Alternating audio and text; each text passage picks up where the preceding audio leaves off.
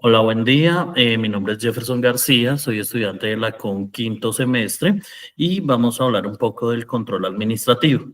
Los voy a dejar con mi compañera para que se presente. Hola, Natalia, ¿cómo estás? Hola Jefferson, hola, buen día para todos. Bueno, les cuento un poquito sobre mí. Mi nombre es Natalia Otálora, soy la directora de socios estratégicos en Banca Mía.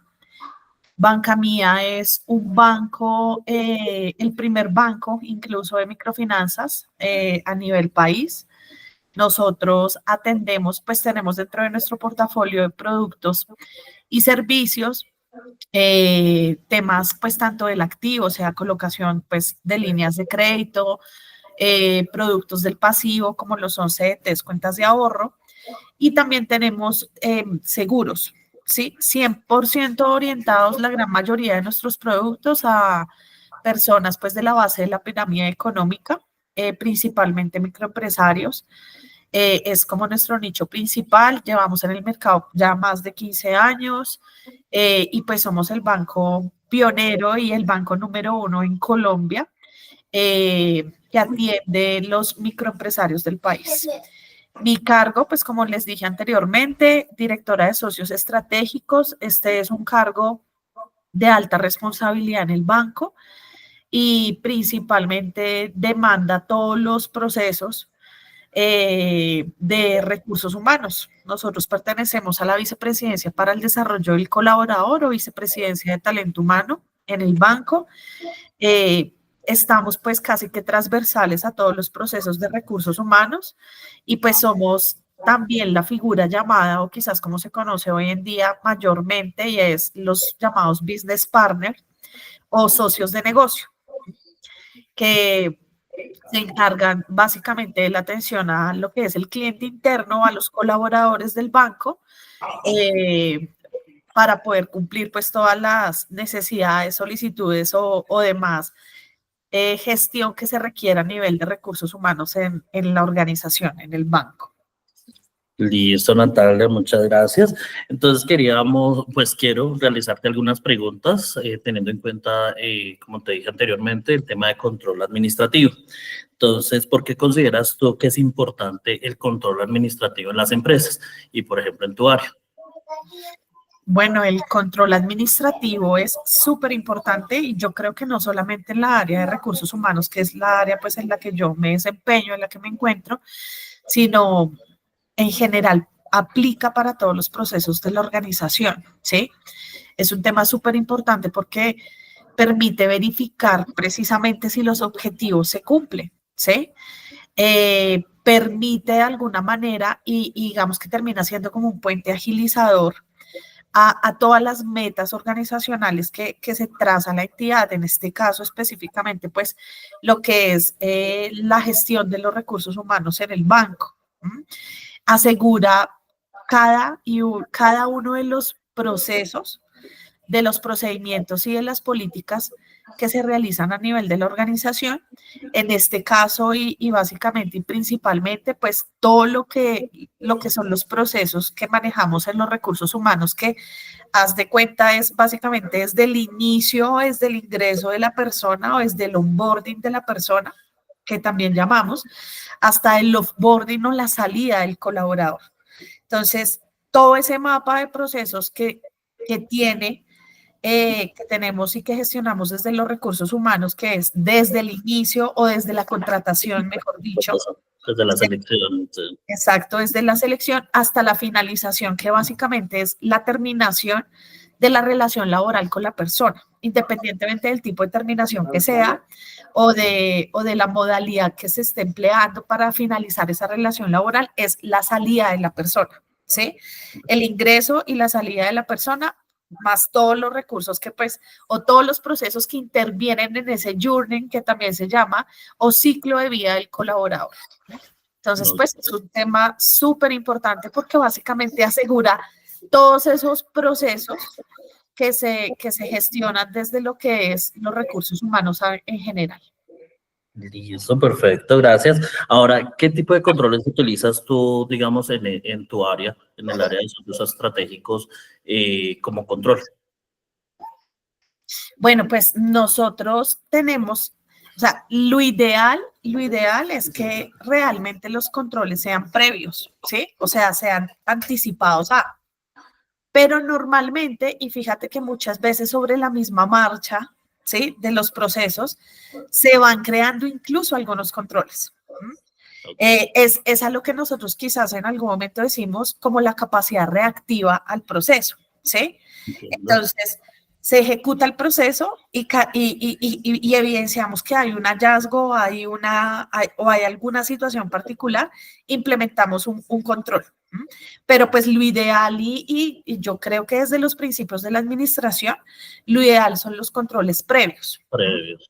Ahora, normalmente, y quizás en algunas ocasiones, nacen controles que básicamente se dan es posterior a la ejecución del proceso, que vendrían a ser esos controles posteriores, ¿sí? Pero, pues siéndote muy sincera, y yo creo que esto pasa no solamente en los recursos humanos en la organización, sino pasa en todo lado, y es que la gran mayoría de controles se terminan como diseñando, construyendo cuando el proceso está completamente probado, ¿sí? Ahora, ¿qué es lo ideal? Y vuelvo al tema, es que el control sea previo, ¿sí? Entonces, por ejemplo, en nuestro caso, en los recursos humanos, nosotros un control previo es la revisión de lo que tiene que ver la estructura versus la plantilla o la planta del personal. Eso es un control súper previo para nosotros. Otro control súper previo para nosotros tiene que ver con lo que es la revisión de perfiles, ¿sí? Precisamente para los ingresos de las personas. Otro control que también para nosotros termina a ser previo es todo lo que tiene que ver, por ejemplo, con las aplicaciones de pruebas psicotécnicas, ¿sí? O todo lo que tiene que ver con lo que es la contratación de la persona, ¿sí? Entonces, un control previo puede ser un estudio de seguridad, por decir, ¿sí? Esos son controles previos. Pero en la vida real y normalmente en los negocios y sobre la marcha, los controles se van instaurando a medida que el proceso va funcionando. También. Entonces, bueno, hay algunos ejemplos de controles previos, pero pues como te indico, hay controles que vienen a ser incluso posteriores, que también funcionan bastante bien, porque básicamente vienen de la evidencia de algo que no funcionó. Entonces, ojo, porque hay una alerta acá, miremos cómo lo podemos solucionar. Ah, listo, perfecto. Listo, Natalia. Y ya para finalizar, ¿qué recomendaciones le darías tú a los futuros administradores en la aplicación de esos controles? ¿Qué recomendaciones les haría? Bueno, súper importante y yo creo que hay una frase que termina a veces como siendo demasiado cliché y es, todo el mundo la sabemos y estoy segura que tú también la conoces y es, lo que no se mide no se controla, ¿sí? Cuando uno, y muchas veces generar esos indicadores de medición no es tan fácil porque pues bueno, nos estamos midiendo, ¿sí? Y a veces llegar a las metas no es fácil, eso tiene un trabajo y un esfuerzo importante, ¿no? Pero si tú no estableces unos indicadores claros, unos KPIs, un tablero de control que te permita decir realmente estás avanzando o no estás avanzando, creo que ahí estás perdiendo todo. Entonces, los indicadores que a veces quizás no somos como tan claros o quedan demasiado en el limbo o incluso a veces cometemos el error que los generamos demasiado ambiguos, o sea, no son claros. Un indicador sí o sí debe ser cuantitativo. Un indicador no debería ser cualitativo porque se pierde la interpretación, que es lo que tú necesitas llegar a él, ¿sí? Entonces, primera recomendación y súper importante y foco, establecer unos indicadores, unos KPIs, un tablero de medición y de control desde el inicio. Ahora bien, que el control no funcionó, pues está bien, o sea, el mundo no se acaba, el negocio no se acaba acá. Esa es la idea del indicador, que te permita saber si realmente estás cumpliendo o no estás cumpliendo y si el control que estás adaptando te está sirviendo precisamente para el cumplimiento de ese objetivo, ¿cierto? Otro tema que también es súper importante y fíjate que ya es un tema muy de gestión de recursos humanos y es la capacitación o la formación, ¿sí? La gente debe entender el por qué está hecho el control. El control no es el policía, el control no es la piedra en el zapato como quizás a veces lo vemos, el control no es la cascarita, no es el coco, no, el control está hecho porque es el que me permite a mí tener seguridad de que mi proceso está fluyendo y está fluyendo de la manera que debe ser.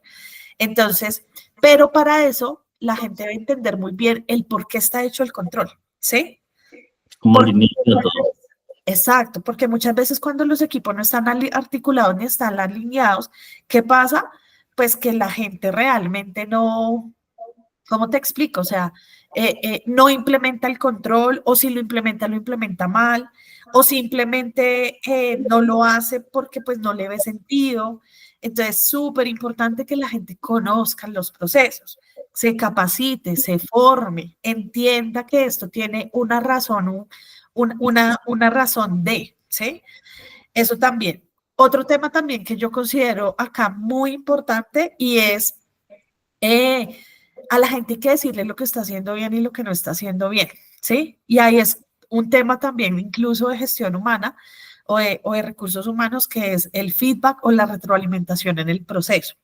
Sí. Importante que la gente entienda qué se está haciendo bien, cómo se puede seguir mejorando lo que ya está muy bien y la implementación de los controles y que también la gente entienda qué es lo que nos está haciendo bien.